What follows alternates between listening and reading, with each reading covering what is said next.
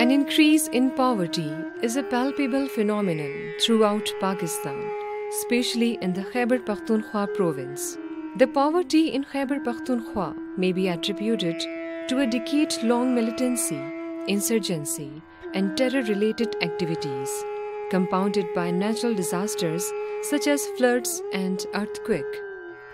In all these vulnerabilities, there was a strong need for this province to have a comprehensive social protection program for the people who can have this cushion, the fallback cushion, in case of any emergency situation. Social protection as a core element of public policy and planning has been declared by Pakistan as a fundamental human right under Article 38 of the Constitution, and as such has recognized it under various international human rights laws and 36 ILO International Labour Standard, including the 3 related to social security.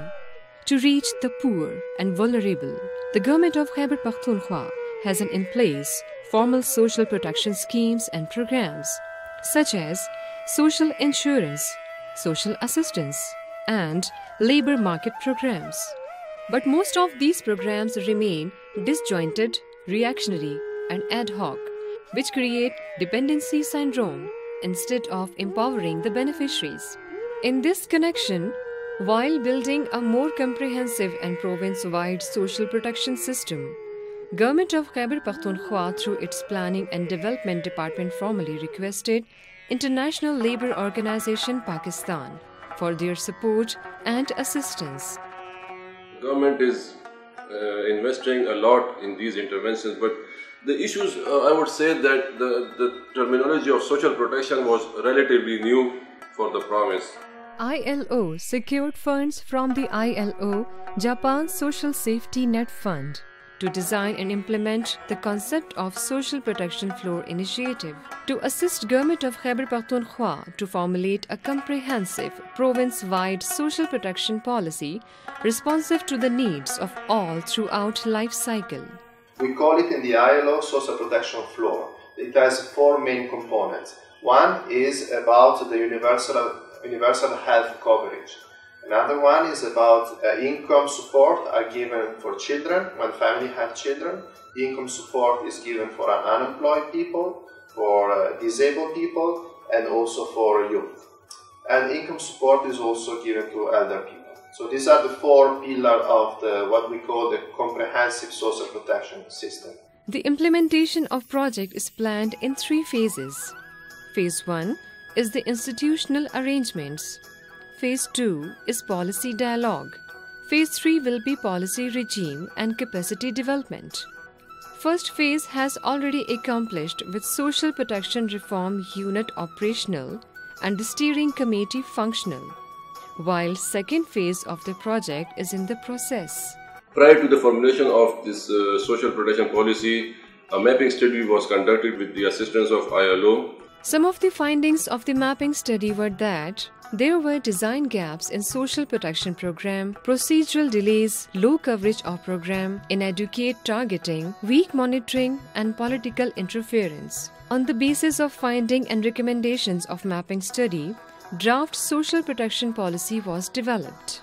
The draft social policy is cognizant of current page of design, delivery, and outreach of various social protection instruments in the province. It now provides a framework that builds and strengthens social protection in phases. The framework of the policy moves upward in providing greater social protection levels with universal access to healthcare and old age income security through mandatory and voluntary social insurance.